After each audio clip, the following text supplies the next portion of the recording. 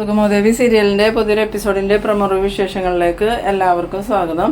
അങ്ങനെ ചന്ദ്രോത്തുകാരുടെ എല്ലാവരുടെയും മനസ്സിൽ ഒരു സ്ഥാനം ഉറപ്പിക്കാൻ വേണ്ടിയിട്ടാണ് ഇസബെല്ല ഗിരീഷിനെ ജാമ്യത്തിൽ ഇറക്കുന്നത്. പക്ഷേ അത് ഇസബെല്ലയ്ക്ക് തന്നെ പാരയായിട്ടാണ് വരുന്നത്. കാരണം വേറൊന്നുമല്ല, ഈ രജനിയും ഗിരീഷിൻ്റെ അമ്മയും എല്ലാവരും ദേവികയെ തന്നെയാണ് കുറ്റപ്പെടുത്തുന്നത്. ആ സമയത്ത് ഗിരീഷൻ അവരോട് പറയുന്നുണ്ട്, ഇതിലെന്തൊക്കെയോ കളികൾ നടക്കുന്നുണ്ട്. ദേവിക 2 പ്രാവശ്യം സ്റ്റേഷനിൽ വന്നിരുന്നു, എന്നിട്ടും പോലീസുകാർ എന്നെ വിട്ടയച്ചില്ല. നന്ദൻ്റെ ആ ഫ്രണ്ട് വന്നതിന് ശേഷം അവരെന്നെ പറഞ്ഞയച്ചത്. അതിൽ നിന്ന് തന്നെ നമുക്ക് മനസ്സിലാക്കാം ദേവികയ്ക്ക് കയ്യെത്താൻ പറ്റാത്ത രീതിയിലുള്ള എന്തോ ഒരു കാര്യം ഇതിൻ്റെ പിന്നിലുണ്ട്. അത് എത്രയും പെട്ടെന്ന് കണ്ടെത്തണം എന്ന് പറയുമ്പോൾ സിദ്ധാർത്ഥനും പറയുന്നുണ്ട്, അത് ഗിരീഷൻ പറയുന്നത് നേരെ, എന്തൊക്കെയോ പ്രശ്നങ്ങൾ നമ്മൾ അറിയാണ്ട് ഇതിൻ്റെ പിന്നിൽ നടക്കുന്നുണ്ട്. അത് എത്രയും പെട്ടെന്ന് കണ്ടെത്തണം. അല്ലാതെ ദേവിക ഒരിക്കലും ആ പ്ലാന്റിന് മനസ്സോടുകൂടി ഒരു അനുമതി കൊടുക്കില്ല. ഇതിൻ്റെ പിന്നിൽ എന്തൊക്കെയോ കളികളുണ്ട്. ദേവികയെ നിർബന്ധിച്ച് അത് ചെയ്യിപ്പിച്ചത് ആരാന്നും കണ്ടുപിടിക്കണമെന്ന്. ഇതേസമയം നമ്മളുടെ സിദ്ധാർത്ഥനാണെങ്കിൽ നന്ദനോടൊക്കെ പറയുന്നുണ്ട്, ഇവിടെ എന്തൊക്കെയാണ് നടക്കണേ, എനിക്കൊന്നും മനസ്സിലാവണില്ല. ദേവികയെ ഞാനും ശ്രമിച്ചിട്ടും ഗിരീഷിനെ ജാമ്യത്തിൽ ഇറക്കാൻ പറ്റിയില്ല. ആ സ്ഥലത്താണ് ഇസബെല്ല വന്ന് ജാമ്യത്തിലെടുത്തത്. ഇവിടെ എന്തൊക്കെയോ കാര്യങ്ങൾ നടക്കുന്നുണ്ട്. എന്താ പ്രഭേ, നിനക്ക് എന്തെങ്കിലും അറിയുമെന്ന് ചോദിക്കുമ്പം പ്രഭാവതി എന്തായാലും ഗിരീഷിന് ജാമ്യം കിട്ടിയല്ലോ, അത് മതിയെന്ന് പറയുമ്പം അതെങ്ങനെയാണ്, ഇതിനൊക്കെ കാരണക്കാരി ദേവിക. എന്തായാലും ആ പ്ലാന്റിന് അനുമതി കൊടുക്കരുതെന്ന് പറഞ്ഞിട്ട് അവളതനുസരിച്ചില്ല, അഴിമതിക്കാരിയാണെന്നൊക്കെ പറഞ്ഞിങ്ങനെ ദേവികയെ കുറ്റപ്പെടുത്തുന്ന സമയത്ത് ദേവികയ്ക്കാണെങ്കിൽ നല്ല സങ്കടവും ദേഷ്യമൊക്കെ വരുന്നുണ്ട്. എന്നിട്ട് ദേവിക വന്നിട്ട്, ആരാ അച്ഛൻ അഴിമതിക്കാരി, ഞാൻ എന്താ അഴിമതി നടത്തിയെന്ന് അച്ഛൻ പറഞ്ഞാൽ അതിന് അച്ഛൻ്റെ കയ്യിൽ എന്തെങ്കിലും തെളിവുണ്ടോ എന്ന് ചോദിക്കുമ്പോൾ, ആ പ്ലാന്റിന് നീ അനുമതി കൊടുത്തില്ലേ, അത് തന്നെയല്ലേ ഏറ്റവും വലിയ തെളിവ്. ഒരിക്കലും ആ പ്ലാന്റിന് അനുമതി കൊടുക്കില്ല എന്ന് നീ പറഞ്ഞിരുന്നല്ലേ, എന്നിട്ട് പെട്ടെന്നൊരു ദിവസം നീ അതിന് അനുമതി കൊടുത്തേന്തിനാ? ഇത് നമ്മളുടെ നന്ദനും പ്രഭാവതിയാണെങ്കിൽ എതിർത്തൊന്നും പറയാതെ ഇതെല്ലാം കേട്ട് നിൽക്കുകയാണ്. ആ സമയം ദേവിക പറയുന്നുണ്ട്, ഞാൻ മനഃപൂർവ്വം ചെയ്തതല്ല, എന്നെയും കൊണ്ട് ചെയ്യിപ്പിച്ചതാ. ഇപ്പം ഞാൻ ഇതുപോലെയൊക്കെ കേൾക്കണേന് കാരണക്കാർ നിങ്ങളാ. ഇപ്പം അമ്മയ്ക്കും നന്ദൂരും മതിയായില്ലേ എന്ന് ചോദിക്കണം. ആ സമയത്ത് സിദ്ധാർത്ഥന് എന്തൊക്കെയോ സംശയങ്ങൾ തോന്നുന്നുണ്ട്. അപ്പോൾ സിദ്ധാർത്ഥൻ ചോദിക്കുന്നുണ്ട്, എന്താ മോളെ, എന്താ നീ പറഞ്ഞാൽ ഇവർ കാരണമാണോ നീ പ്ലാന്റിന് അനുമതി കൊടുത്തതെന്ന് ചോദിക്കുമ്പം, ഇവരോട് ഞാൻ കാല് പിടിച്ച് കരഞ്ഞ് പറഞ്ഞതാ എന്നെയും കൊണ്ട് അങ്ങനെ ഒരു പാപം ചെയ്യിപ്പിക്കരുതെന്ന്. എന്നെ വിശ്വസിച്ച വോട്ടർമാരെ ചതിക്കാൻ എനിക്ക് പറ്റില്ല എന്ന്.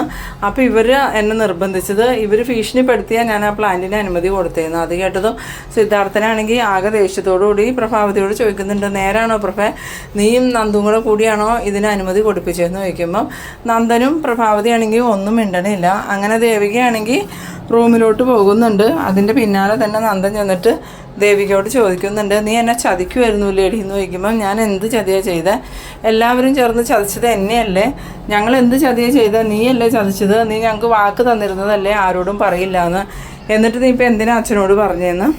ആ സമയത്ത് ദേവിക ചോദിക്കുന്നുണ്ട്, അച്ഛൻ ഇത്രയൊക്കെ എന്നെ പറഞ്ഞിട്ടും നന്ദു അമ്മയും അതിനെക്കുറിച്ച് എന്തെങ്കിലും പറഞ്ഞോ, നിങ്ങളെല്ലാവരും കേട്ട് നിൽക്കുകയല്ലായിരുന്നോ, ഞാൻ പലപ്പോഴും ആഗ്രഹിച്ചു നിങ്ങൾ സത്യങ്ങൾ അച്ഛനോട് തുറന്നു പറയുന്നു, പക്ഷേ എൻ്റെ ഭാഗത്ത് നിന്ന് സംസാരിക്കാൻ നിങ്ങൾ തയ്യാറല്ല, നിങ്ങൾ നിങ്ങളുടെ ഭാഗം ക്ലിയർ ചെയ്ത് നിൽക്കുക. അപ്പോൾ പിന്നെ ഞാനെങ്കിലും എനിക്ക് വേണ്ടി സംസാരിക്കണ്ടേ, അതുകൊണ്ടാണ് ഞാൻ അച്ഛനോട് സത്യങ്ങളെല്ലാം പറഞ്ഞിരുന്നു. ആ സമയത്ത് നന്ദൻ പറയുന്നുണ്ട്, ഇനി ഇതിൻ്റെ ഭവിഷ്യത്ത് എത്ര വലുതായിരിക്കും എന്ന് നിനക്ക് അറിയുമെന്ന് ചോദിക്കുമ്പോൾ, എന്ത് ഭവിഷ്യത്താണ് നന്ദു, ഇതുകൊണ്ട് എന്ത് പ്രശ്നം ഉണ്ടാവണേ, അച്ഛൻ അറിഞ്ഞെന്ന് വിചാരിച്ച എന്താ കുഴപ്പം, അല്ലെങ്കിൽ തന്നെ അമ്മയും നന്ദുവും എന്നിൽ നിന്ന് എന്തോ കാര്യങ്ങൾ മറച്ചു വയ്ക്കുന്നുണ്ടെന്ന് എനിക്കറിയാം, ഞാനും അച്ഛനും അറിയാതെ എന്തൊക്കെയോ രഹസ്യങ്ങൾ ഇതിൻ്റെ പിന്നിൽ നടക്കുന്നുണ്ട്. ഇനി എന്തായാലും അത് വേണ്ട, ഇനിയും നിങ്ങൾ എൻ്റെ MLA പദവി ഉപയോഗിച്ച് പല കാര്യങ്ങളും നേടിയെടുക്കാൻ നോക്കും, അതുകൊണ്ട് തന്നെ ഞാനിപ്പോൾ ഇത് അച്ഛനോട് പറഞ്ഞേന്ന്. നീ നിൻ്റെ ഇഷ്ടം പോലെ ചെയ്തോ, ഞാൻ പോകാമെന്ന് പറഞ്ഞുകൊണ്ട് നന്ദനാണ് ദേഷ്യപ്പെട്ട് പോകുന്നുണ്ട്.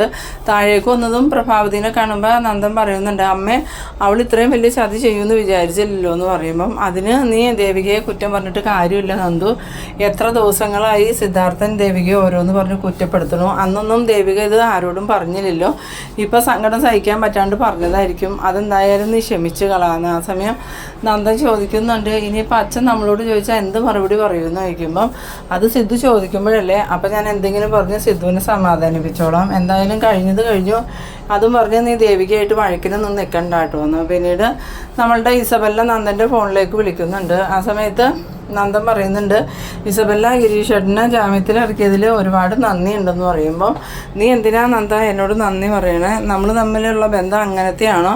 അങ്ങനെ നന്ദി പറയേണ്ട ആൾക്കാരാണോ നമ്മളെന്നൊക്കെ ചോദിക്കുമ്പോൾ, അതല്ല, ദേവികയും അച്ഛനും പോയിട്ട് നടക്കാത്ത കാര്യമാണല്ലോ ബെല്ല പോയി നടത്തിയത്. അത് പിന്നെ നന്ദൻ്റെ കുടുംബത്തിലൊരു പ്രശ്നം വന്നാൽ അത് കണ്ടുകൊണ്ടിരിക്കാനൊന്നും എനിക്ക് പറ്റില്ല. ഞാൻ ദേവികയെ പോലെ അത്ര ദുഷ്ടിയൊന്നുമല്ല. ദേവിക ശരിക്കും മനസ്സ് വെച്ചിരുന്നെങ്കിൽ ഗിരീഷേട്ടനെ ജാമ്യത്തിൽ ഇറക്കാനൊക്കെ പറ്റുമായിരുന്നു. അവളതിന് തയ്യാറാവാത്തതാ. എന്തായാലും ഗിരീഷേട്ടന് ജാമ്യം കിട്ടിയല്ലോ, നന്ദന് സന്തോഷമായില്ലേ എന്ന് പറയുമ്പം എനിക്ക് മാത്രമല്ല രജനി ചേച്ചിക്കും അമ്മയ്ക്കും അച്ഛനും എല്ലാവർക്കും സന്തോഷമായി ബെല്ല എന്ന് പറയുന്നു.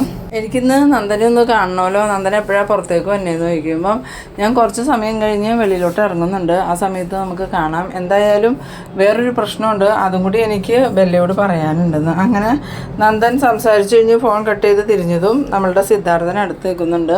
സിദ്ധാർത്ഥനെ കണ്ടതും നന്ദൻ എന്താ വെച്ചാന്ന് ചോദിക്കുമ്പം, എനിക്ക് നിന്നോടും പ്രഭയോടുമായിട്ട് കുറച്ച് കാര്യങ്ങൾ ചോദിക്കാനുണ്ട്, അതിന് നിങ്ങൾ സത്യസന്ധമായി തന്നെ മറുപടി പറയണമെന്ന് പറയുന്നു. ആ സമയത്ത് ഈ നന്ദൻ ചോദിക്കുന്നുണ്ട്, എന്ത് കാര്യം വെച്ചാന്ന് ചോദിക്കുമ്പം, ദേവിക മനസ്സോടുകൂടിയല്ല ആ പ്ലാന്റിന് അനുമതി കൊടുത്തതെന്ന് അന്നേ എനിക്ക് അറിയായിരുന്നു. പക്ഷേ അത് ആരുടെ നിർബന്ധത്തിനാണ് കൊടുത്തതെന്ന് അവൾ പറഞ്ഞില്ല. നിങ്ങളെ രക്ഷിക്കാൻ വേണ്ടി അവളത് മറച്ചു വെച്ചതെന്നുള്ളത് എനിക്ക് ഇപ്പോഴാണ് മനസ്സിലായത്. നിങ്ങൾ എന്തിനു വേണ്ടിയിട്ടാണ് ദേവികയെ കൊണ്ട് നിർബന്ധിച്ച് ആ പ്ലാന്റിന് അനുമതി കൊടുത്തത്? ആർക്ക് വേണ്ടിയിട്ടാണ്? നിങ്ങളുടെ പിന്നിൽ കളിച്ചത് ആരാ? അതെനിക്കറിയണം. പൈസയ്ക്ക് വേണ്ടിയാണോ നീയും പ്രഭയും കൂടി അങ്ങനെ ചെയ്യിപ്പിച്ചതെന്ന് ഒക്കെ ചോദിച്ചിങ്ങനെ ദേഷ്യപ്പെടുമ്പം പ്രഭാവതി അങ്ങോട്ട് വരുന്നുണ്ട്. പ്രഭാവതി വന്നിട്ട്, എന്താ സിദ്ധു ഇത്? വെറുതെ ആവശ്യമില്ലാണ്ട് ഇതിനെ ഓരോ പ്രശ്നങ്ങൾ ഉണ്ടാക്കണേ.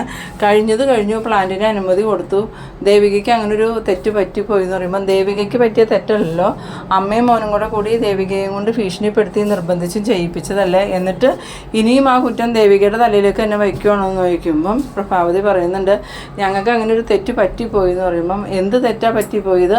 എന്തിനു വേണ്ടിയിട്ടാണ് അത് ചെയ്തത്? ആർക്ക് വേണ്ടിയിട്ടാണ് ചെയ്തത്? അതിന് നിങ്ങൾക്ക് എന്ത് പ്രതിഫലം കിട്ടിയ? ഇതൊക്കെ എനിക്ക് വ്യക്തമായിട്ട് അറിയണം. അതറിയാതെ ഞാൻ സമ്മതിക്കില്ല എന്ന് പറയുമ്പം പ്രഭാവതി ആണെങ്കിൽ എന്ത് പറയണമെന്ന് അറിയാതെ ഇങ്ങനെ നിൽക്കുകയാണ്. സമയത്ത് സിദ്ധാർത്ഥൻ വീണ്ടും ചോദിക്കുന്നുണ്ട്, പ്രഭ എന്നോട് ഒന്നും മറച്ചു വയ്ക്കാൻ നിൽക്കണ്ട, ഇവിടെ എന്തൊക്കെയോ കാര്യങ്ങൾ രഹസ്യമായി നടക്കുന്നുണ്ട്, അതെനിക്ക് കുറച്ച് ദിവസം മുമ്പ് തൊട്ടേ മനസ്സിലായേക്കണേ. ഞാനും ദേവികയും അറിയാതെ നിങ്ങൾ എന്തൊക്കെയോ രഹസ്യങ്ങൾ ഞങ്ങളിൽ നിന്നും മറച്ചു വെക്കുന്നുണ്ട്. അതുകൊണ്ട് തന്നെയാണ് ദേവികയെ കൊണ്ട് നിർബന്ധിച്ച് ആ പ്ലാന്റിന് അനുമതി കൊടുത്തത്. അല്ലാതെ കെ നായരും പ്രഭയും തമ്മിൽ യാതൊരു ബന്ധവുമില്ലാന്ന് എനിക്കറിയാമെന്ന്. ഇങ്ങനെ എന്ത് പറയണമെന്ന് അറിയാതെ നന്ദനും പ്രഭാവതിയും പരസ്പരം നോക്കി നിൽക്കുന്ന സമയത്താണ് സിദ്ധാർത്ഥൻ്റെ ഫോൺ ബെല്ലടിക്കുന്നത്. വേഗം തന്നെ സിദ്ധാർത്ഥൻ കോൾ എടുത്തിട്ട് ഗിരീഷിനാണല്ലോ വിളിക്കണേന്നും പറഞ്ഞുകൊണ്ട് ഫോണുമായിട്ട് അങ്ങോട്ട് മാറിപ്പോകുന്നുണ്ട്. ആ സമയം തന്നെ നന്ദനാണെങ്കിൽ പ്രഭാവതിയോട് പറയുന്നുണ്ട്, അമ്മേ ഇനി ഇവിടെ നിന്നാൽ ശരിയാവില്ല, ഞാനൊന്ന് പുറത്തൊക്കെ പോയിട്ട് വരാം, എന്തായാലും അമ്മ അച്ഛനെ കാര്യങ്ങൾ പറഞ്ഞൊന്ന് മനസ്സിലാക്കുന്നു പറഞ്ഞുകൊണ്ട് നന്ദനാണെങ്കിൽ പോകുന്നുണ്ട്. നന്ദൻ പോകുന്നത് വേറെ എങ്ങോട്ടും അല്ല, ഇസബല്ലയുടെ അടുത്തേക്കാണ്. ഈ സമയത്താണെങ്കിൽ നമ്മളുടെ ദേവിക ആകെ ഒരു ടെൻഷനിലാണ്. അങ്ങനെ മുരളിയെ വിളിക്കുന്നുണ്ട്. മുരളിയെ വിളിച്ചതും, എന്താ ദേവിക എന്തെങ്കിലും പ്രശ്നമുണ്ടോ എന്ന് ചോദിക്കുമ്പം, പ്രശ്നമൊന്നുമില്ല മുരളിയേട്ടാ, ഞാൻ എല്ലാ കാര്യങ്ങളും അച്ഛനോട് പറഞ്ഞു. എന്ത് കാര്യമാണ് ദേവികയെന്ന് ചോദിക്കുമ്പോൾ, പ്ലാന്റിന് അനുമതി കൊടുത്തത് അമ്മയുടെയും നന്ദുവിൻ്റെയും നിർബന്ധത്തിന് അവരെന്നെ ഭീഷണിപ്പെടുത്തിയത് കൊണ്ടാണ് ഞാനത് ഒപ്പിട്ട് കൊടുത്തതെന്ന് പറഞ്ഞു. എന്നിട്ട് സിദ്ധാർത്ഥൻ സാറൊന്നും പറഞ്ഞില്ലേ എന്ന് ചോദിക്കുമ്പോൾ അച്ഛൻ ഭയങ്കര ദേഷ്യത്തിലാണ്. അമ്മേനെയും നന്ദുവിനെയും എന്തൊക്കെയോ പറയണ കേട്ടു. ഞാൻ പിന്നെ അതൊന്നും കേൾക്കാൻ നിന്നില്ല, ഞാൻ ഇങ്ങോട്ട് മുകളിലോട്ട് കയറി പോന്നു. ഇവിടെ വന്നതും നന്ദും എന്നോട് ഒരുപാട് മോശമായിട്ടാണ് മുരളിയേട്ടാ സംസാരിച്ചതെന്ന് പറയുമ്പോൾ, നന്ദൻ എന്താ ഇപ്പോൾ പ്രശ്നം? അതല്ല, ഞാൻ അച്ഛനോട് കാര്യങ്ങൾ പറഞ്ഞതിൻ്റെ ദേഷ്യം അവർക്ക്, ഇനി അമ്മ എന്നോട് എങ്ങനെ പെരുമാറുന്നൊന്നും അറിയില്ല എന്ന് പറയുമ്പോൾ മുരളി പറയുന്നുണ്ട്, എന്തായാലും സിദ്ധാർത്ഥ സാറിനോട് സത്യങ്ങളൊക്കെ തുറന്നു പറഞ്ഞില്ലേ, അതേതായാലും നന്നായി. ഇനിയും ഇത് മറച്ചു വെച്ചിട്ടുണ്ടെങ്കിൽ ഇതിലും വലിയ പ്രശ്നങ്ങൾ ഉണ്ടാവും. നമ്മളറിയാത്ത എന്തൊക്കെയോ രഹസ്യങ്ങൾ പ്രഭയാൻ്റെയും നന്ദനും കൊണ്ടേ നടക്കുന്നുണ്ടെന്ന്. പിന്നീട് കാണിക്കുന്നത് നമ്മളുടെ നന്ദനാണെങ്കിൽ ഇസബല്ലയുടെ അടുത്തേക്ക് ചെല്ലുന്നുണ്ട്. ഇസബല്ല നന്ദനെ കണ്ടതും ഓടി വന്ന് കെട്ടിപ്പിടിക്കുകയൊക്കെ ചെയ്യുന്നുണ്ട്. ശരിക്കും നന്ദന് ഈ ഇസബല്ല കെട്ടിപ്പിടിക്കുകയൊക്കെ ചെയ്യുമ്പോൾ അതൊരു അസ്വസ്ഥതയായിട്ട് തോന്നുന്നുണ്ടെങ്കിലും ഈ ഋഷിയുടെ കൊലക്കേസിൽ നിന്നും ഇസബല്ല രക്ഷിച്ചു എന്നുള്ള ആ ഒരു വിശ്വാസത്തിൽ നിൽക്കണമുണ്ട് നന്ദൻ തിരിച്ച് പ്രതികരിക്കണമൊന്നുമില്ല. എന്നിട്ട് എന്താ നന്ദ നിൻ്റെ മുഖത്തൊരു ടെൻഷൻ എന്ന് ചോദിക്കുമ്പോൾ, അത് വേറെ ഒന്നുമല്ല ബല്ല, ഞാനും അമ്മയും നിർബന്ധിച്ചിട്ട് ആ പ്ലാന്റിന് അനുമതി കൊടുത്തതെന്നുള്ള കാര്യം ദേവി ഇന്ന് അച്ഛനോട് പറഞ്ഞു. അച്ഛൻ ആകെ പ്രശ്നമായിരുന്നു, എന്നോടും അമ്മയോടും ഒരുപാട് പ്രാവശ്യം ചോദിച്ചു എന്തിനു വേണ്ടിയിട്ടാണ് ഞങ്ങളത് ചെയ്തതെന്ന്. പക്ഷേ ഞങ്ങൾക്കത് പറയാൻ പറ്റുമോ, അതുകൊണ്ട് ഞങ്ങളൊന്നും പറഞ്ഞില്ല എന്ന് പറയുമ്പോൾ ഇസബെല്ല പറയുന്നുണ്ട്, ആ ദേവിക എന്തിനാ അങ്ങനെ ഒരു ചതി ചെയ്ത്, അവൾ എന്തിനാ അത് സിദ്ധാർത്ഥനങ്കിളിനോട് പറഞ്ഞതെന്ന് ചോദിക്കുമ്പം എനിക്കൊന്നും അറിയില്ല, അച്ഛൻ്റെ മുമ്പിൽ അവൾ എല്ലാ സത്യങ്ങളും വിളിച്ചു പറഞ്ഞു. ഞാനത് അവളോട് ചോദിച്ചപ്പോൾ അവൾ എന്നോട് ദേഷ്യപ്പെടുക വല്ലേ എന്ന് പറയുമ്പോൾ നീ ആയതുകൊണ്ടാണ് ഞാനെങ്ങാനും ആയിരിക്കണം എന്നാൽ അവളുടെ ചെവിട് നോക്കി 2 കൊടുത്തേന് ഈ ഒരു ചതി ചെയ്തതിന്. നിനക്ക് അതിനുള്ള കഴിവില്ലാത്തതിന് പറഞ്ഞിട്ട് എന്താ കാര്യം? എന്തായാലും ഇനി നീ അവളെ ഇങ്ങനെ വിട്ടാൽ ശരിയാവില്ല, അവൾക്ക് നല്ലൊരു ഡോസ് തന്നെ കൊടുക്കണം. അത് വേറൊന്നുമല്ല, അവളിനി MLA എന്ന് പറഞ്ഞുകൊണ്ട് ഞെളിയരുതെന്ന്. അത് കേട്ടതും നന്ദൻ ചോദിക്കുന്നുണ്ട്, വല്ല എന്താ ഉദ്ദേശിക്കണേന്ന് ചോദിക്കുമ്പം ഈ പ്രശ്നങ്ങൾക്കിടയിൽ നമ്മൾ ദേവികയും കൊണ്ട് MLA സ്ഥാനം രാജിവെപ്പിക്കണമെന്ന്. അത് കേട്ടതും നന്ദനാണെങ്കിൽ അതൊന്നും അത്ര ഇഷ്ടപ്പെടണില്ലെങ്കിലും ഇസബെല്ലേനെ വെറുപ്പിക്കാൻ പറ്റില്ലാത്തതുകൊണ്ട് തന്നെ നന്ദൻ പറയുന്നുണ്ട്, അത് നമുക്ക് എന്താണെന്ന് വെച്ചാൽ ആലോചിച്ച് ചെയ്യാം, എന്തായാലും എടുത്ത് ചാടിയപ്പോൾ ഒന്നിനും നിൽക്കണ്ടവല്ല എന്ന് പറയുമ്പം എന്നാലും നന്ദനൊന്ന് ആലോചിച്ച് നോക്കി, അവൾ MLA ആയിട്ടിരിക്കുമ്പോൾ നമുക്ക് അവളെയും കൊണ്ട് ഒരുപാട് ഗുണങ്ങളൊക്കെ ഉണ്ടാവുമെന്നാണ് ഞാൻ വിചാരിച്ചത്. പക്ഷെ അവളുടെ പോക്ക് ഇങ്ങനെയാണെങ്കിൽ അവളെയും കൊണ്ട് നമുക്ക് ഗുണമല്ല ദോഷം ഉണ്ടാവാൻ പോണേ. അതുകൊണ്ട് എത്രയും പെട്ടെന്ന് ദേവികയും കൊണ്ട് MLA സ്ഥാനം രാജിവെപ്പിക്കണം. അത് കേട്ടതും നന്ദനാണെങ്കിൽ എന്ത് ചെയ്യണമെന്ന് അറിയാതെ ഇങ്ങനെ നിൽക്കുന്ന ആ ഒരു സീനിലാണ് ഈ എപ്പിസോഡ് അവസാനിക്കുന്നത്. അപ്പോൾ നിങ്ങളെൻ്റെ വീഡിയോ ആദ്യമായി കാണുന്നവരാണെങ്കിൽ ചാനലൊന്ന് സബ്സ്ക്രൈബ് ചെയ്യാനും ഇഷ്ടമായാൽ ലൈക്ക് ചെയ്യാനും ഷെയർ ചെയ്യാനും മറക്കരുത്. അപ്പോൾ ഇതുപോലെ ഇൻട്രസ്റ്റിംഗ് ആയിട്ടുള്ള അടുത്തൊരു എപ്പിസോഡുമായി വീണ്ടും കാണാം. അതുവരേക്കും ബൈ ബൈ.